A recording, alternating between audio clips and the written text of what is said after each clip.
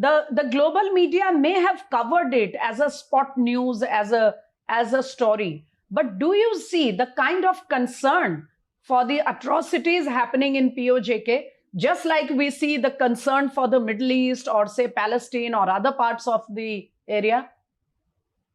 Very frankly, I don't see any concern in any part of the world about the atrocities being committed in Pakistan-occupied Jammu Kashmir. Why do you think? Why do you think that is so? And I will tell you why. You see, basically, the Western media is US heavy Western media, or US British heavy Western media, and they have got their interests, their own interests, aligned with Pakistan for the moment. Now, theoretically, if they didn't have any concerns with Iran at this moment, I think there would have been much more media coverage of this event. But as of now, the Americans and the Europeans, especially because of the Iran war, they want Pakistan on their side, so to say. They need Pakistan, and that is why even President Trump, in many of his statements, has praised Field Marshal Asim Munir. And very recently, he has made a very positive statement about Pakistan, and he said that they are getting us our peace treaty. I think that was just yesterday. So when we are looking at America, America doesn't worry about a few hundred people or dozens of people getting killed in Kashmir. They were not concerned when millions were displaced in Bangladesh, when hundreds of thousands were killed and raped. So the Americans don't care. Americans are very concerned about their own interests. That is one. Number two, as far as Gaza and all is concerned, those areas and those issues have been very well weaponized over the decades. The same concerns are not existing anywhere else, whether it is in Afghanistan or Pakistan or in Africa. So it is not really that the people are getting killed. It is who are the people. And when we are looking at people in Africa or in this part of the world, I don't think the press is very, very concerned. However, if a situation like this happens in India, and even if one person dies, I think the whole world will be on our heads, because they also use it as a weapon to put people down.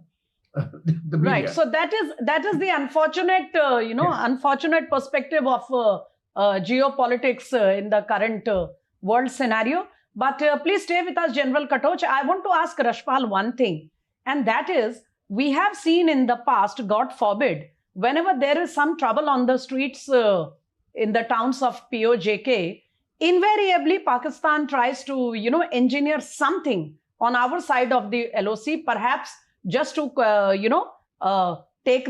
divert people's attention from what is happening on its own side of the LOC, or in order to create a different narrative. We also have the Holy Amarnath Yatra coming up in a few weeks. Rashpal, do you apprehend that Pakistan may try something in order to divert the attention of people from what is happening inside PoJK? See, right now, the influx of pilgrims at Mata Vaishno Devi Shrine is, touching about 50,000 a day, or maybe more. And in few months, I think Amarnath Yatra is also starting. In present scenario, these two places are sitting ducks. If you have seen in last year, the same route and same pilgrims were attacked by Pakistani terrorists in Riyasi district. And, security is deployed over there, but still, local support is there. Even though the number of terrorists has reduced in J&K, but still traces are there. And those who are coming right now, they are more trained than the previous cadres. So in present scenario, if Pakistan can plan anything in J&K, yes, it can be a possibility.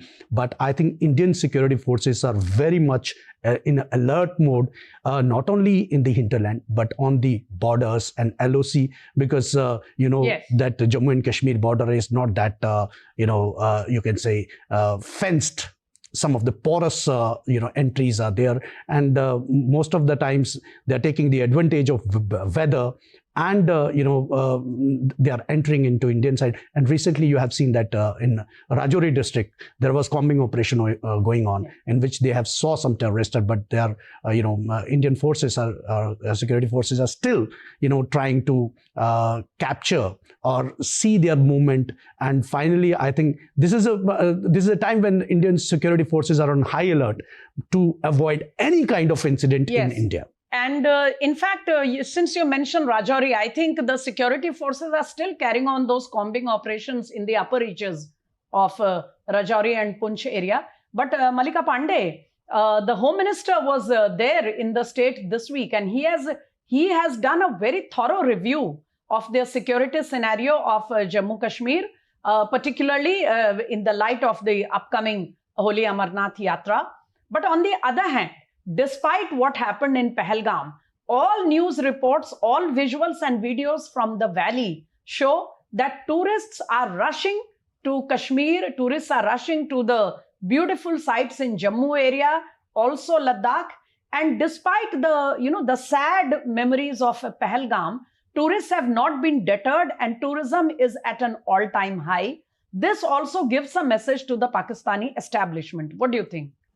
Absolutely. We've seen since the Article 370 got removed, we've seen one of the highest number of the influx of tourism is too much in the areas. Even after, whatever happened, the Pahalgam attack, it was very sad. But whatever happened after that, things have returned to normalcy.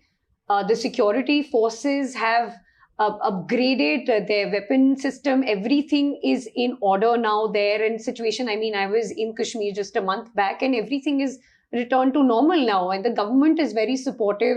Now the industries have also started establishing. Yes. So you're seeing a lot of MSMEs pour in, you're seeing a lot of medium, large scale industry also purchasing land there, outsiders building there, and a lot of employment generation is also going on. So these are some of the things that have been developed from the past year, and the influx of tourism is one of the main things. So you see a lot of tourists from the south, you see a lot of tourists from the east also coming to Kashmir and enjoying the beauty of Kashmir now.